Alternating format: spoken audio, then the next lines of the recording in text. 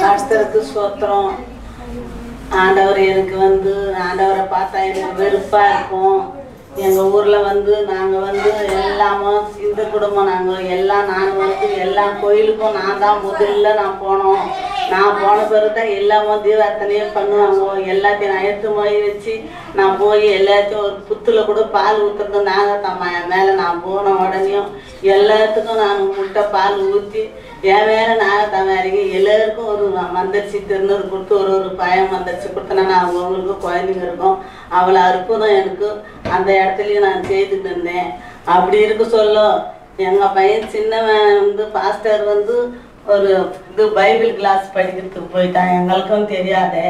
அவன் போன பிறகு அது பிற்பாடு 3 வருஷம் பைபிள் கிளாஸ் படிச்சு போறதுக்கு தான் தெரியும் எங்களுக்கு.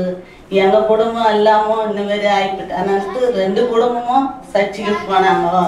2 பிள்ளைங்களும் 2 குடும்பங்களும் சர்ச்சைக்கு போய் ஞானஸ்தானம் கொடுத்தாங்க. அப்பவும் நான் எதுக்கும் ஆண்டவர் பற்றி வெறுப்பாக தான் இருந்தது எனக்கு. அப்பவும் நான் நைட்டு காலம் கூட ஒருத்தர் வருவாங்க.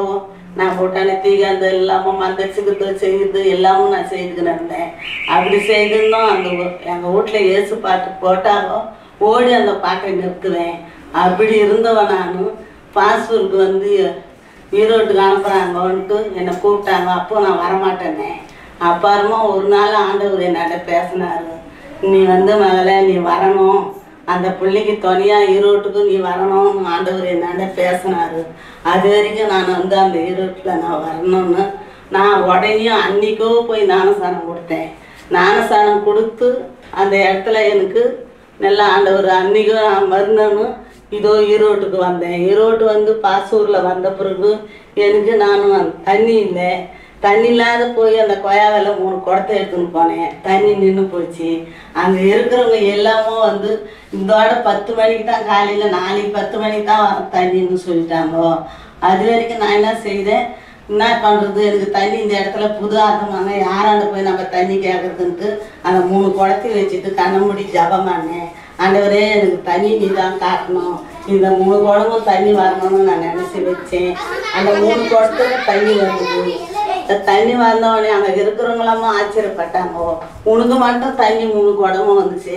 அந்த 3 குடம் வந்தோடனே நின்று போச்சு. நீ எல்லாமும் ஆச்சரியப்பட்டாங்க. அது ஒரு அற்புதம் ஆண்டவர் செய்தார். அந்த நைட்டு நான் படுத்திருந்தேன். படுத்திருந்த பிறகு அங்கே இருக்கிறது பிசேசி என்னை இந்த இடத்துல மூட்டை கோட்டையெல்லாம் கட்டி நீங்கள் வந்துட்டியா, நீ போயிடணும், இங்கே இருக்கக்கூடாதுன்னு என்னை சொல்லிச்சு. நான் ஏன் போவேன், என்னை ஆண்டவர் ஐசின்னு வந்துக்கிறாரு, நான் போக மாட்டேன்னு நான் சொன்னேன். அது பிற்பாடு அது என்ன செய்ச்சு, என்ன நீ போகணுன்னு சொன்னவனே அதோ மாரியா பாஸ்டர் மாரியா சிரிச்சு என்னை பார்த்தாரு.